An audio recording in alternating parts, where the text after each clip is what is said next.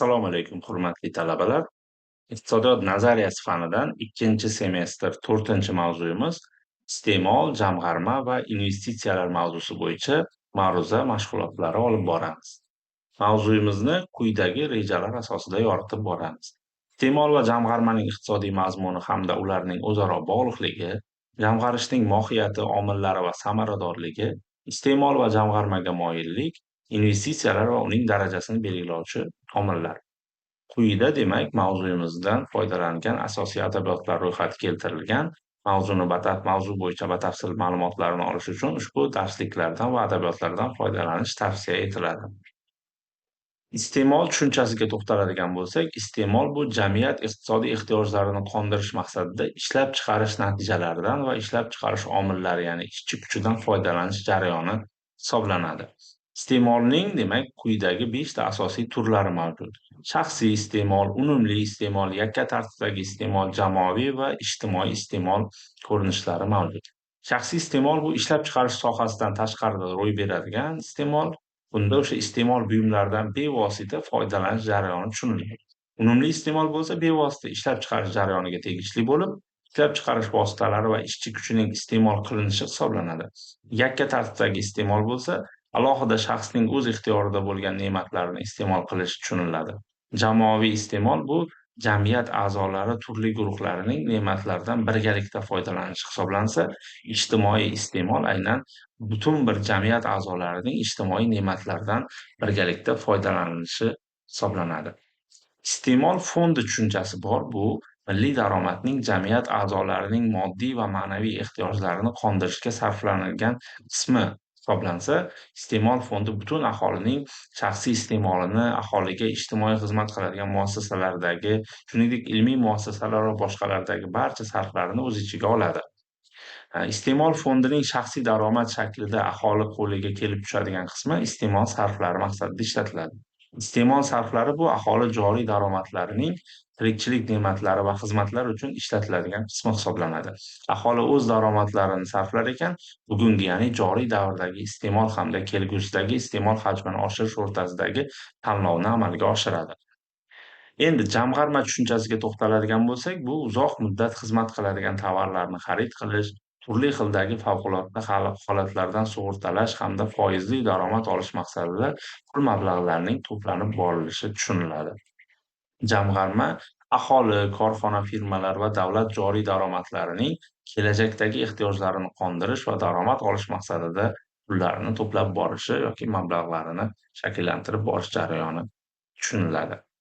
Milliy daromad tushunchasi ham aynan iste'mol va jamg'arma miqdorining yig'indisidan iborat. Va bundan sof daromad tushunchasini, sof daromad qiymatini topadigan bo'lsak, milliy daromaddan to'g'ri soliqlarni ayirib tashlab, sof daromad, ya'ni ixtiyordagi daromad ko'rsatkichini aniqlashimiz mumkin bo'ladi. Iste'mol va jamg'arma hajmiga ta'sir qiluvchi omillar bor. Eng asosiy omil bu daromad omili hisoblanadi. Ya'ni daromad bevosita iste'molning yoki jamg'armaning oshishi yoki kamayishiga ta'sir qilsa, daromaddan tashqari bir qancha obyektiv va subyektiv omillar ham mavjud.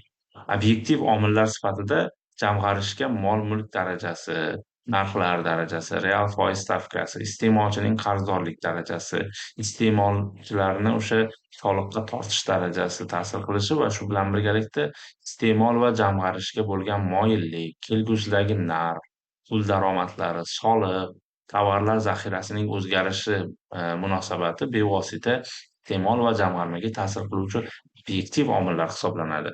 Shu bilan birgalikda yuqorida aytib o'tganimiz kabi subyektiv omillar ham borki, bular asosan iste'molchining o'ziga, ya'ni uning ruhiyati va bozordagi xatti-harakatlariga bog'liq bo'ladi. Bu o'sha iste'mol va jamg'arishga bo'lgan moyillik, kelgusidagi narxlar darajasi, pul daromadlari, soliq, tovarlarning mavjudligi kabi omillar subyektiv omillar hisoblanadi. Aynan iste'molga bo'lgan o'rtacha moyillik ko'rsatkichini aniqlashda iste'mol hajmini shaxsiy daromad hajmiga nisbati, jamg'arishga o'rtacha moyillikni topishda jamg'arishning shaxsiy daromadga nisbati orqali ifodalansa, cheklangan, ya'ni keyingi qo'shilgan moyillik ko'rsatkichi ham bor. Bunda iste'molga cheklangan yoki keyingi moyillik bu o'zgargan iste'mol hajmining o'zgargan shaxsiy daromad hajmiga nisbati, jamg'armaga cheklangan yoki keyingi moyillik jamg'armaning o'zgargan hajmini shaxsiy daromadning o'zgargan hajmiga nisbati orqali topiladi. Jamg'arma bilan o'sha investitsiya hajmining o'zaro aloqadorligi bor. Bu jamg'arma o'z navbatida keyingi davr uchun investitsiya bo'la olishi mumkinki, investitsion tartibdagi tovarlarga talab darajasini belgilab berishi ham mumkin ekan. Endi jamg'arishning turlariga keladigan bo'lsak, ishlab chiqarish sohasidagi jamg'arish bo'lishi mumkin. Bu asosan asosiy va aylanma kapitalni kengaytirishga ishlatiladi.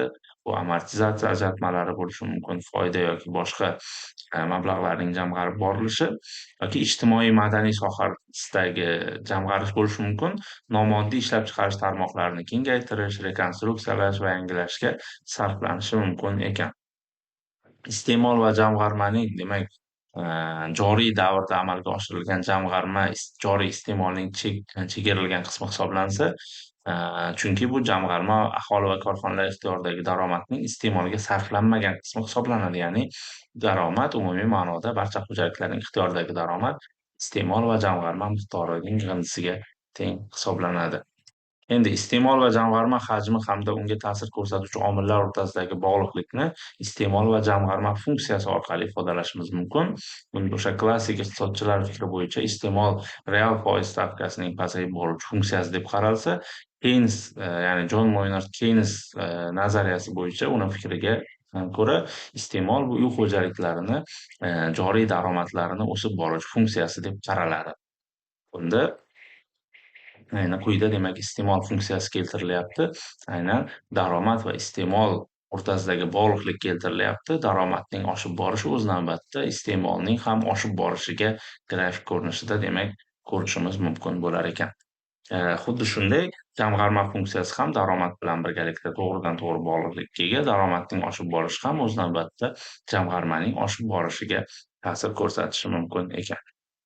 Investitsiyalar tushunchasiga to'xtaladigan bo'lsak, investitsiya bu asosiy va aylanma kapitalni qayta tiklash va ko'paytirishga, ishlab chiqarishning quvvatlarini kengaytirishga qilingan sarflarning pul shaklidagi ko'rinishi hisoblanadi.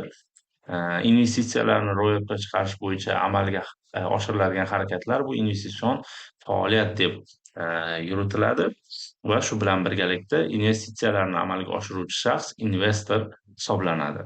Investitsiyalarni shakllanish manbalariga to'xtaladigan bo'lsak, investorlarning o'z mablag'lari, ya'ni foyda, amortizatsiya ajratmalari, pul jamg'armalari va boshqa turli xil moliyaviy manbalar hisobiga shakllanishi mumkin. Bu investorlarning o'z moliyaviy resurslari hisoblanadi.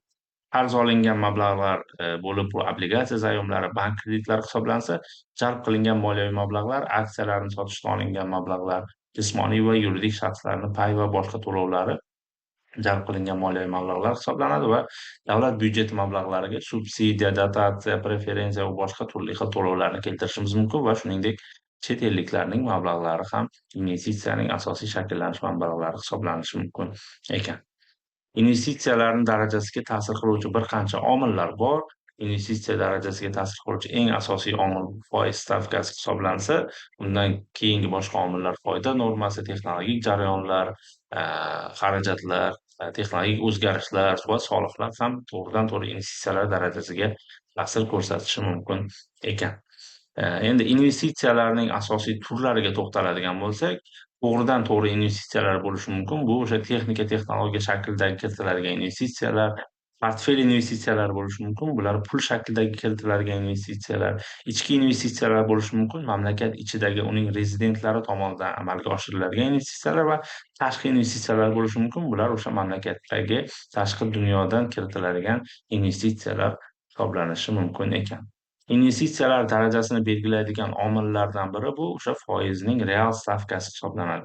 Foiz stavkasi real asosiy kapitalni sotib olish uchun zarur bo'lgan, bankdan olingan suda kapitaliga korxona to'lashi lozim bo'lgan pul miqdori hisoblansa, investitsiya darajasiga kutilayotgan sof foyda normasi va foiz stavkasidan tashqari boshqa quyidagi omillar ta'sir qilishi mumkin. Bular o'sha mashina va uskunalarni xarid qilish, ishlatish va ularga xizmat ko'rsatish xarajatlari, tadbirkorlardan olinadigan soliq miqdori, texnologik o'zgarishlar va bir qancha omillar ta'sir qilishi mumkin ekan.